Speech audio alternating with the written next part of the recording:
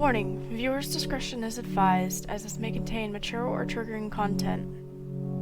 Title: Unexpected Fates, Part 9.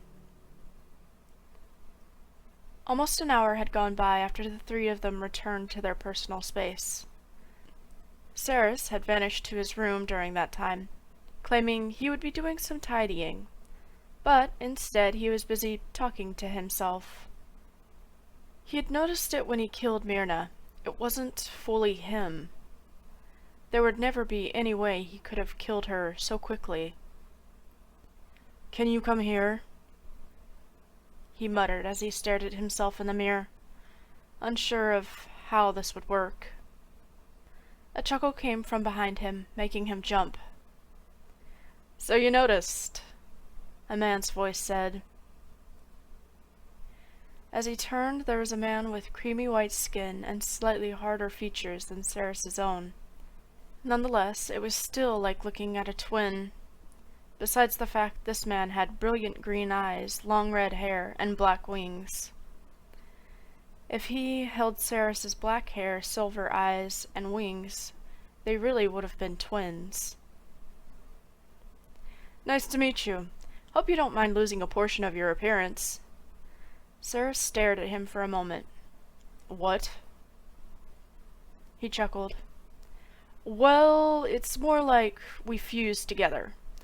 I could care less if your appearance stays Key or mine, so I'll merge with you, instead of you merging with me." The redhead shrugged. "Besides, I made a clean cut with my companions. You, on the other hand, likely can't do that." Saris sighed. "Can I get your name first?" The redhead grinned. "Shota. It's great to meet my other half." Saris couldn't help but feel a bit overwhelmed by this man. He seemed very different from himself. Shota watched Saris. "Nuwa asked me to explain everything to you, since she's busy preparing for our true merge. If you noticed, once you were free from the drug, we were fully connected." Saris gave him a weak nod. "It was like having someone else within my mind." Shota nodded. "As soon as I entered this dimension, I felt a connection open up between us. I didn't know what was going on when I was slammed with such large amounts of fear and worry. It wasn't even anger. I was pretty shocked. The only thing I could think of was trying to take away some of those emotions. I don't understand how that was my first thought, but it felt natural. I noticed. As soon as you arrived, I felt calmer. Something told me that everything would work out just fine. What I want to know, though, is once we merge, will I lose myself?" Shota chuckled. "No. We will share your body, and I'll sit back and chill, while you rule over our body. That is, until we need to use our power." Saris frowned. "That just sounds like you don't care if you're alive." Shota's expression became unreadable for a moment. "Well, not far from the truth. Just as you've experienced rather difficult things, I have as well. If we were to compare ourselves to each other, I am the darkness to your light." "Darkness to my light?" Saris asked with a small frown. "Think about it. You've never properly felt true emotions like love. You have never harmed or killed anyone till Myrna. Even then, you know that you weren't the true one behind her death. I was there with you. I was the one that gave you that push. You felt emotions for real, the true pain of them. I know Ervo and Britina would never understand it, even if you tried explaining it." Saris nodded. "That is true. I knew what I felt, but to be honest, it was never deeper than knowing what it was." Shota nodded. "I've felt those deep and dark emotions. I've killed and I have tasted true love and heartbreak.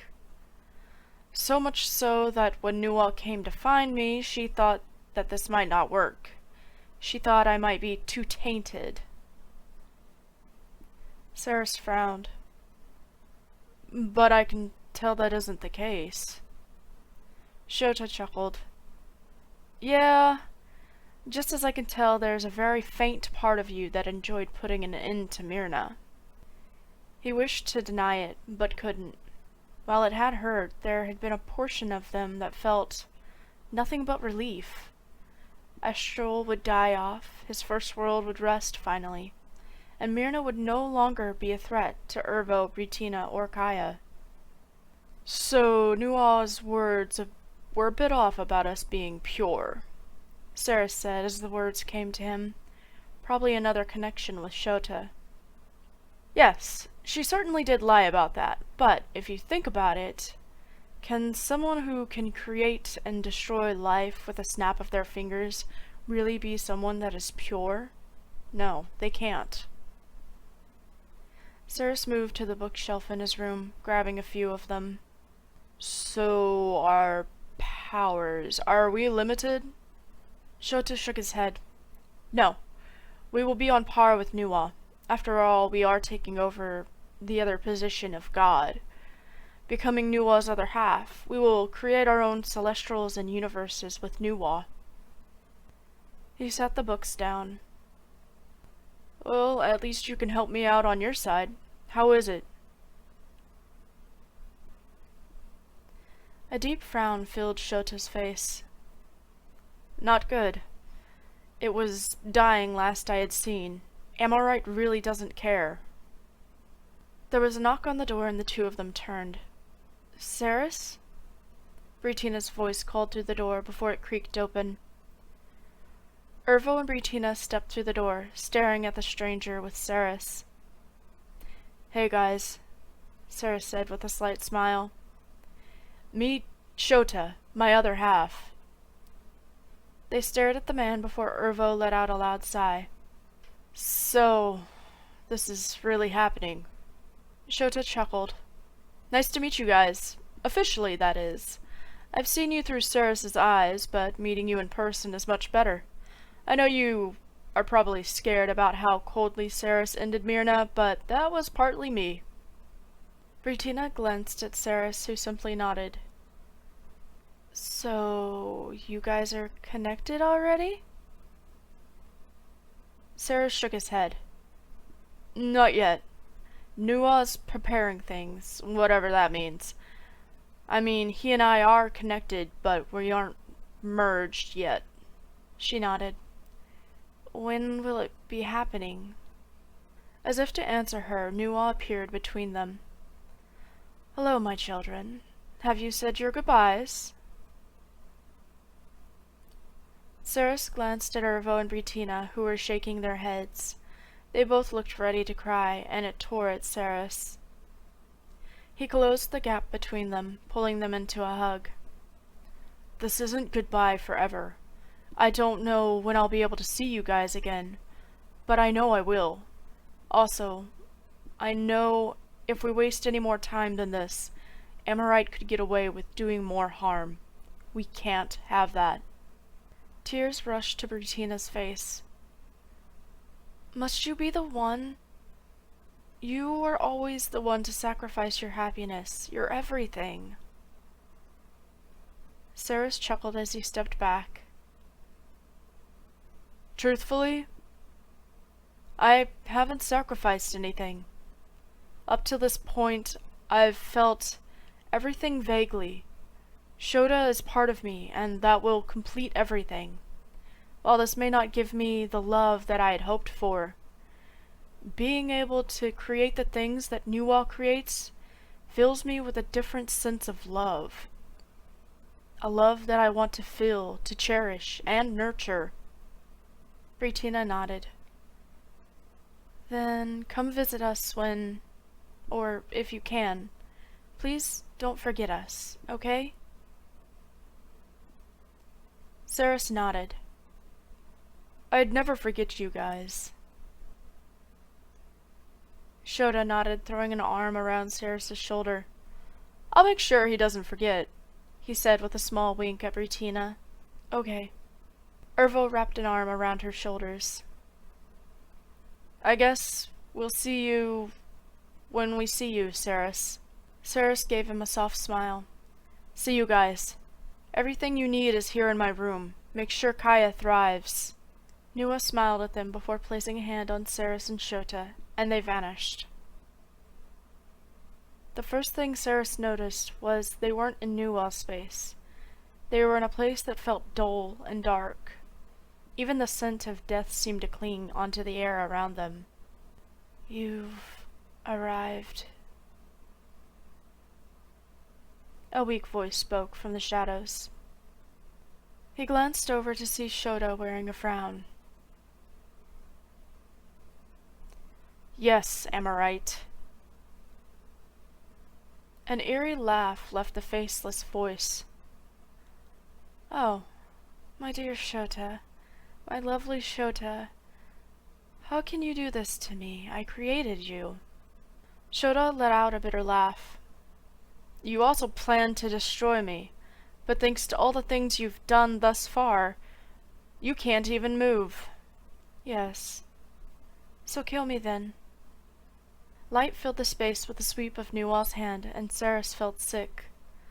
Unlike Nua's beautiful appearance, Amorite resembled a shriveled-up woman. Her skin was gray, and it seemed to be peeling away in some areas. Her eyes were a dull magenta that he was sure once shined brilliantly. Her hair was tangled around her body, and an awful, dull, puke-green color. Her eyes locked on to Ceres, making him feel uncomfortable. Yes, boy. This is what happens to those of us who seek what we should not. But do you know? There isn't a single fiber in my body that regrets this. Myrna was my last hope. She held a decent portion of my remaining power. The thing that kept me alive up to this point. Honestly, if she failed, I hoped you would fail to accept this role. That you would be too broken. I see it, but it wasn't enough. You and Shota were a mystery in this, one that I wish I could have solved. Come, both of you. Ceres glanced at Shota, who nodded, stepping forward within reach of Amorite's thin, frail fingers. Come. He glanced at Nua, who nodded, moving to place a hand on his shoulder. No need to fear. This is how this works. What I was preparing for was making sure that she could do you no harm. She is currently bound by blood now. There is no hope for her. Her only mission is to be absorbed by you and Shota, so that you two can merge. Absorb? Nua nodded. Yes, you will take her in, and then you and Shota will merge as is needed. Ceres took in a deep breath before moving to grab Amorite's other hand. She smiled at him. Part of me wishes you had been mine. Perhaps if I had had you in my collection, things wouldn't have gotten so twisted. Ceres wasn't sure what he could have done to possibly stop her fall, but he didn't have time to think when Amorite began to speak. By the ancient wills and whims of life, nature, and power, I, Amorite, open my soul to Ceres and Shota. May their souls take my life and power, transforming it into new, boundless forms. Let it morph and shift to fulfill their divine needs. With my final breath, I surrender this mortal coil to these two celestial souls. As she spoke, a faint smile crossed her lips before light exploded from her body, slamming into Ceres and Shota. Ceres gritted his teeth as the light poured into him, seeming to tear at his flesh, breaking down his very being before slowly beginning to reconstruct him. Shota and he floated in the darkness. There was no sound or feeling of pain. He was sure there should have been. Light flashed once again, and Ceres found himself standing before a mirror. His skin was still creamy white, but now his other features had changed. His once pure black hair was now a mix of black and red. The left eye was silver while his right had become green. His silver wings had turned into a strange combination of silver and black. Ceres raised a hand, tapping his face. "Yes, this is us," Shota's voice echoed within his mind. It seemed Shota hadn't been lying about him being the center controller of their new body. He felt immense power and heavy darkness that seeped from his side of the dimension. He could hear the cries of those from his dimension, and feel the strain between Nuwa and him, a strain that he had not created. "Are you ready?" Nuwa's voice called to him. He turned to her. "Yes. It seems I know what needs done without trying. But can I be selfish?" Nuwa gave him a slight smile. "Garv?" He nodded. "Yes. I feel his soul drifting in this space." Nuwa nodded. "If that is your first choice, then so be it. I will not try to dissuade you. However, I do wish to ask him something." Her fingers snapped, and Garv's soul appeared, a mere flickering fragment. "Garv, or should I call you Nero now?" Nuwa's voice wasn't mocking him, simply stating what was known. "Tell me, was it a mistake to allow my Celestials the ability to love? Others allow such, but it has torn you apart." He remained silent, the sliver of his soul flickering, fading. Nuwa sighed before reaching out and touching his soul, sharing her powers to strengthen him, forming his previous body before he had turned into Nero. "Answer me." Nuwa's voice was cold now. Garv let out a sigh. "Maybe," he uttered as he stared at the floor, before shaking his head. "No. It wasn't a mistake. It couldn't have been if others did the same. We were just weak and foolish, perhaps too emotionally driven." Garv's shimmering body turned to Ceres. "I'm sorry," he said, bowing his head to Ceres, but then again it wasn't the Ceres he knew, not anymore. Ceres shrugged. "I don't blame you, Garv. I'm only saddened by what occurred, by how blinded you became thanks to the love you felt." Garv nodded. "I too felt ashamed. However, I couldn't stop myself, and Nero's soul simply urged me forward, tainting and darkening what was once pure love." Ceres turned to Nuwa. "May I?" She grinned, giving him a gentle nod. "As I stated, I shall not stop you if this is your first wish as my new partner." Garv felt confused for a moment before Ceres closed the distance between them. "Garv, as my old friend, I wish to grant you a new life. I want you to be part of rebuilding in our dimension. I wish for you to live this one blessed with true love. I cannot promise everything will flow smoothly, but I can make sure your love stays true." He rested a hand on Garv's shimmering body. "Would you accept this, my wish for you?" Garv was sure if this form of his could cry, he would be. "I'd forever be honored. I would cherish every moment of my life, even the bad times." Ceres smiled before light consumed Garv's body.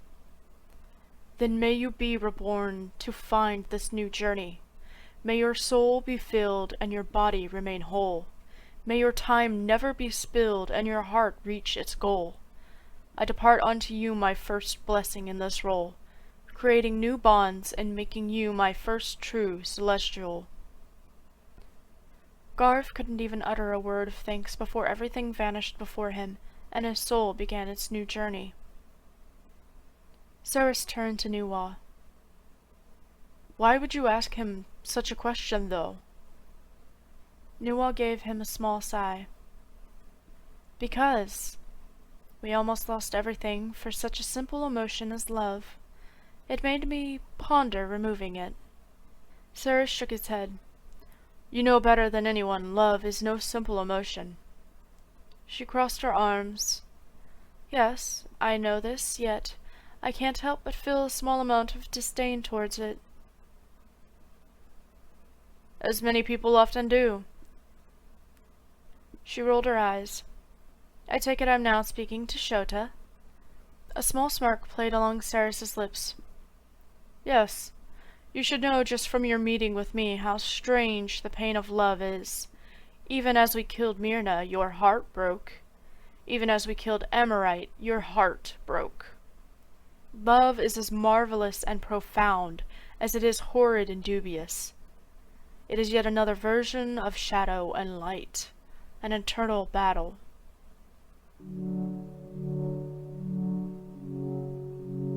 The end! I hope you guys enjoyed this story, and yes, it has finally come to an end. I will be working on the next new extended story as well. As I mentioned, I hope to try and get the parts written before I go posting any of it, or at least a portion of them, like parts like 1 through 4 or something.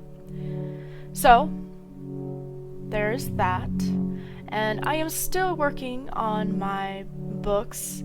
I've just been taking longer than what I probably should. But I plan to try and kick it into gear so I can get out a new book because it has been far too long and I feel like I'm slacking a lot. So, I hope to get that done and still keep posting my stories. And as always, if you haven't already, like, comment, and subscribe, and I will see you all next time. Bye!